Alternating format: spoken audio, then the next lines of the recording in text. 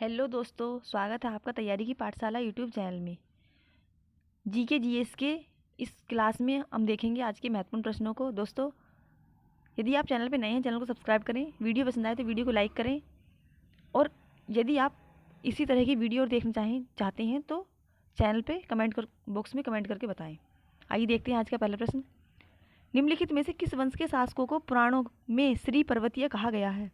ए वाकटक, B Ikshvaku, सी शक या D Kharavela. तो इसका आंसर होगा ऑप्शन नंबर बी, इक्ष्वाकु को पुराणों में श्री पर्वतीय कहा गया है। इक्ष्वाकु वंश के लोग कृष्णा गुंटूर क्षेत्र में शासन करते थे। पुराणों में उन्हें श्री पर्वत का शासक तथा आंध्र भृत्य आंध्रों का नौकर कहा गया है। पहले वे सातवाहनों के सामंत थे, किंतु उनके पतन के बाद उन्होंने अपनी स्वतंत्रता घोषित कर दी। इक्ष्वाकु वंश का संस्थापक श्री शांतमूल था। वह वैदिक धर्म का अनुयायी था। श्री शांतमूल का उत्तराधिकारी माठरीपुत्र हुआ, जिसने लगभग 20 वर्षों तक शासन किया। आइए नेक्स्ट क्वेश्चन देखते हैं। मौर्य काल में एग्रोनोमी अधिकारी निम्नलिखित में से किस क्षेत्र से संबंधित थे?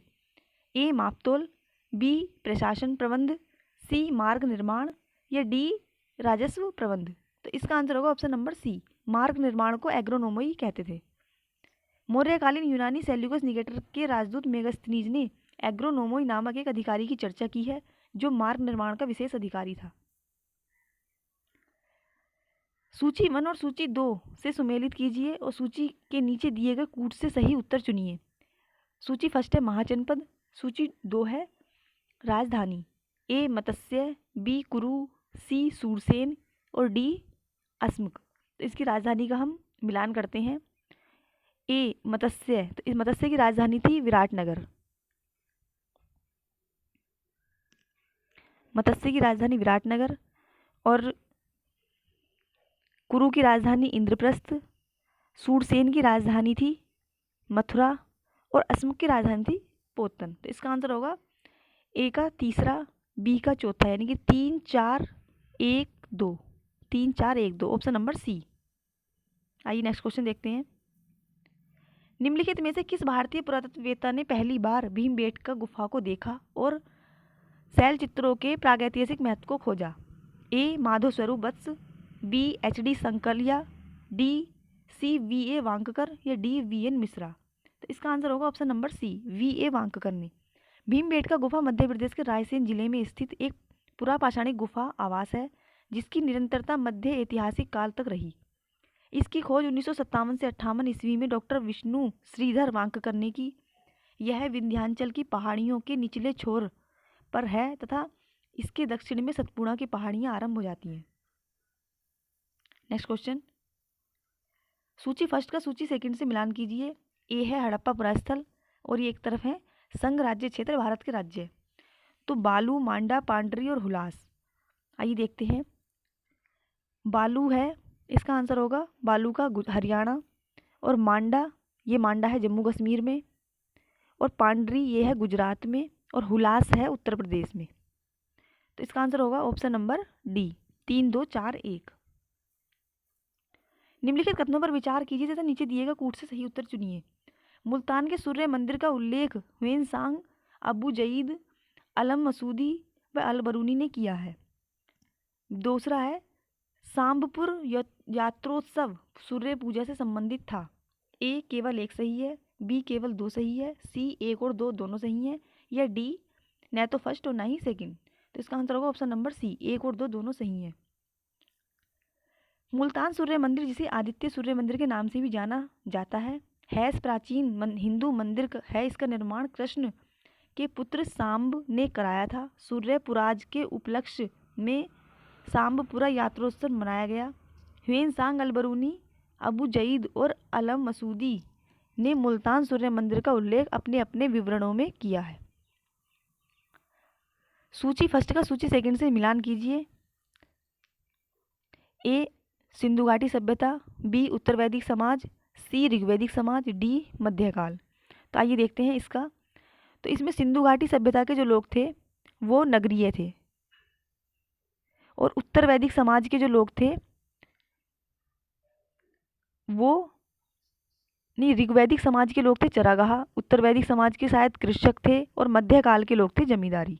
तो इसका आंसर होगा ऑप्शन नंबर सिंधु घाटी सभ्यता नगरीय, यानी कि 4, और उत्तर वैदिक समाज के लोग थे कृषक, यानी कि 4 3 1 2।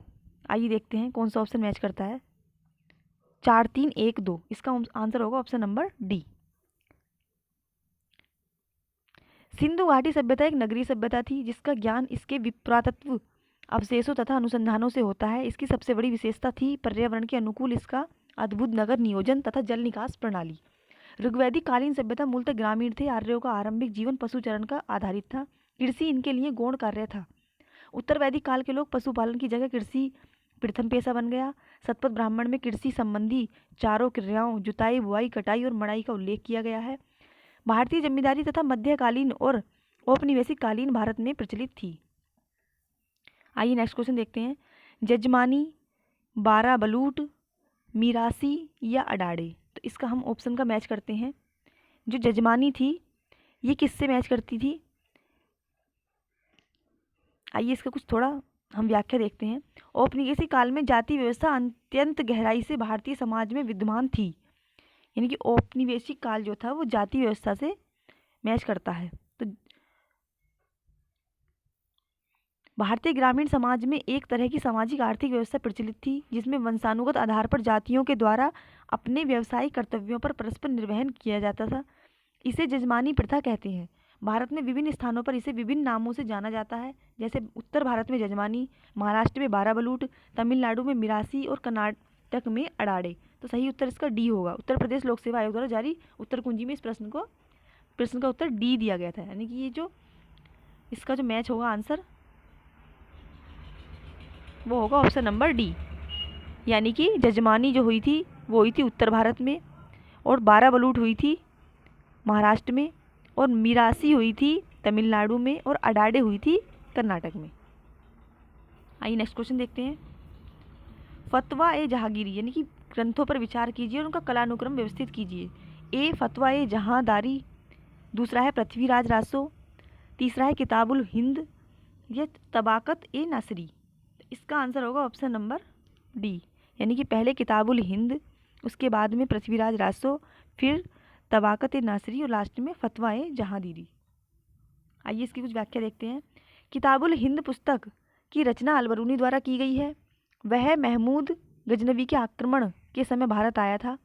इस पुस्तक को उसने 11वीं शताब्दी में प्रारंभ में हिंदुओं के साहित्य, विज्ञान तथा धर्म का आंखों देखा सजीव वर्णन किया है। यह पुस्तक तारीखुल हिंद के नाम से भी प्रसिद्ध है। चंद्रबृदाई कृत पृथ्वीराज रासो हिंदी साहित्य आदिकाल का विख्यात महाकाव्य है जिसमें पृथ्वीराज चौहान के जीवन चरित्र का वर्णन किया गया है। यह 13वीं सदी की रचना है। तबाकत ए नासिरी के लेख मिनहाज उस सिराज हैं जिसने मोहम्मद गोरी की भारत विजय से लेकर 1259 से 60 तक का वर्णन किया है। फतवा ए जहांदारी पुस्तक की रचना जियाउद्दीन बर्नी ने की थी जिसमें शरीयत के अनुसार मुस्लिम शासकों के लिए आदर्श राजनीति संहिता का वर्णन किया गया है।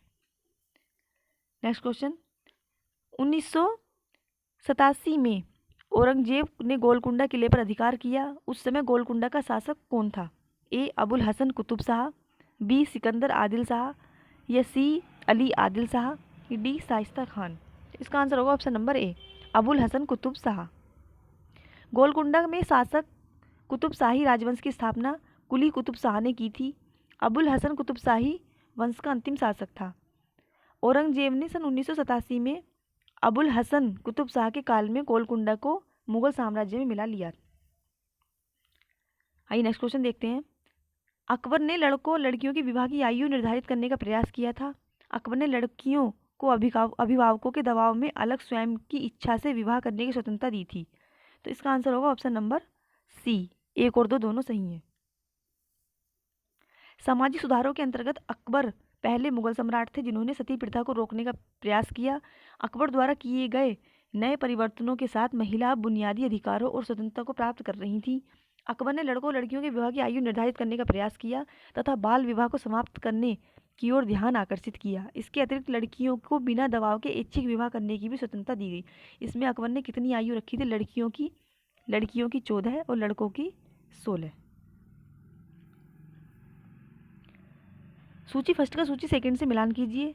दीवाने तन, मुस्तौफ़ी, मुशरिफ या वकियानवीस।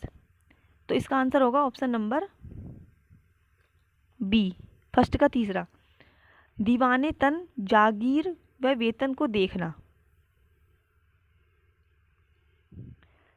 मुस्तौफ़ी इसका होगा 4, राज्य के आस व्यय का निरीक्षण करना।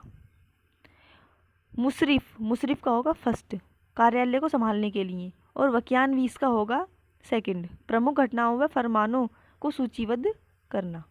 दोस्तों, आपको आज की क्लास कैसी लगी कमेंट बॉक्स में कमेंट करके बताइएगा। चैनल पे नए, चैनल को सब्सक्राइब करें, वीडियो को लाइक करें। थैंक यू दोस्तों।